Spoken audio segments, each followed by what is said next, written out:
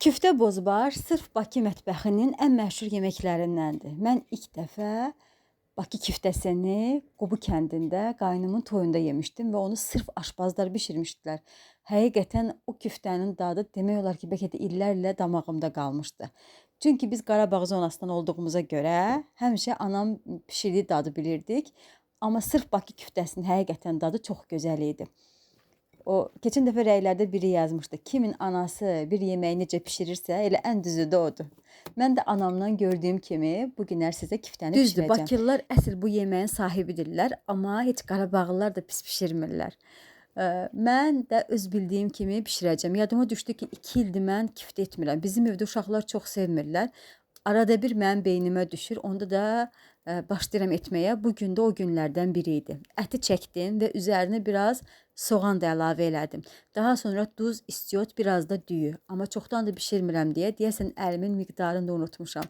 Çünki deyəsən biraz düyüsü çox idi. Mən özüm öz səhvlərimi bilirəm.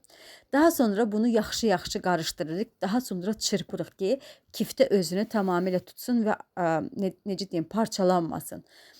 Ondan sonra yaxşı-yaxşı çırpdıqdan sonra əlimizdə küftələr tuturuq və içinə alça turşusu qoyub və bükürük. Kənarda əgər ətiniz varsa onu da qaynatsaz, ikisini bir yerdə bişirsəz çox möhtəşəm olar. Məndə yox idi, amma soyuducuda bulyonum var idi. Düzdür, az olsa da var idi və onu çıxartdım. Üzərinə də biraz su əlavə elədim, sarı kök, biraz da duz və qazın üstünə qoydum. Qaynamağa başlamamışdan əvvəl küftələrimizi, tutduğum küftələri əlavə elədim və kəfi çıxdıqca kəfini yığmağa başladım. Kənarda kartofları götürdüm. Bir ədəd əgər kartof varsa, daha doğrusu bir ədəd küftəm varsa, bir ədəd də kartof götürürəm. Yaxırca soyuram və onu doğrayıram. Bir də soğan götürdüm. Bilirəm ki, küftəyə soğança etmirlər. Sadəcə mən belə görmüşəm. Ona görə də belə edirəm və mənə görə belə də dadı heç də pis deyil. Və soğanları çox xırda-xırda kup-kup doğrayıram.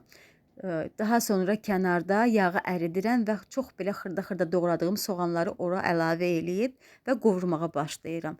Eyni anda bulyonumuza kartofu, alça turşusunu və noxudu da əlavə eləyib qaynamağa qoyuram. Soğançamız da digər tərəfdə qovrulmağa başlayır. Onun da üzərinə biraz duz, biraz istiot, biraz paprika.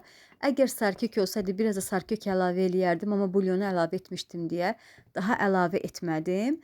Və biraz da tomat əlavə eləyib qovuracam. Əslində bilirəm ki, küftəyə soğanca etmirlər, amma bəzi reseptlərdə gördüm ki, yağı dağ elədilər və nanə əlavə eləyib, daha sonra onu küftəyə əlavə elədilər.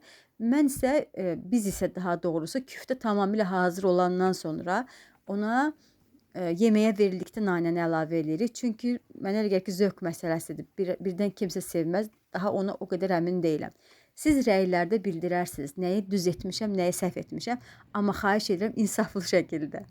Vəssalam, soğançamız da hazır olduqdan sonra onu da kartofu bişmiş küftəmizi əlavə eləyirik. Mən ümumiyyətlə bu yeməyi Van'da bişirirəm. Vəssalam, yeməyimiz hazırdır. Bugünlük isə məndən bu qədər. Hələlik.